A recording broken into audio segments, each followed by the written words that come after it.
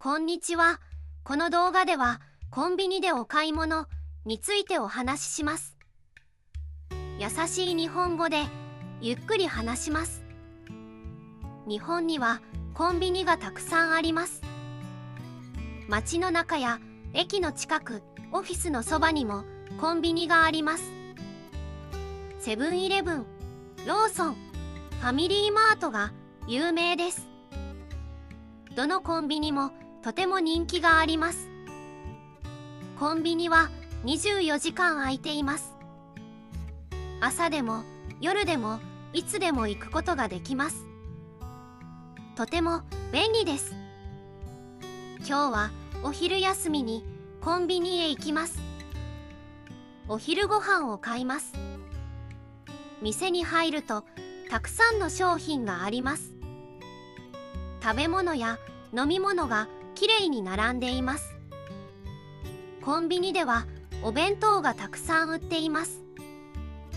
パスタやサラダもあります。お弁当は温めることができます。買うときに店員さんに温めてくださいとお願いします。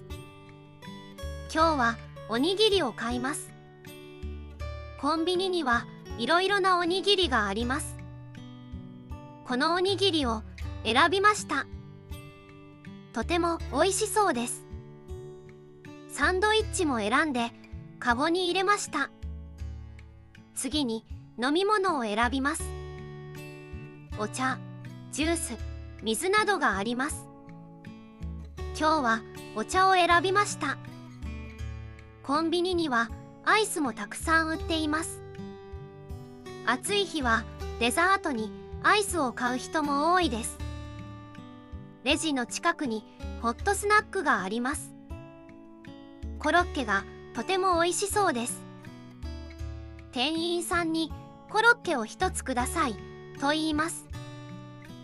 店員さんがコロッケを取って紙袋に入れてくれました。冬にはレジの近くでおでんも売っています。食べると体が温かくなります。レジでお会計をします。スマートフォンで支払いました。店員さんがありがとうございますと言います。買ったものを丁寧に袋に入れてくれます。次にコーヒーのマシンを使います。ボタンを押すと熱いコーヒーが出てきます。コンビニでは他にもいろいろなことができます。ATM でお金を下ろすことができます。コピー機でコピーもできます。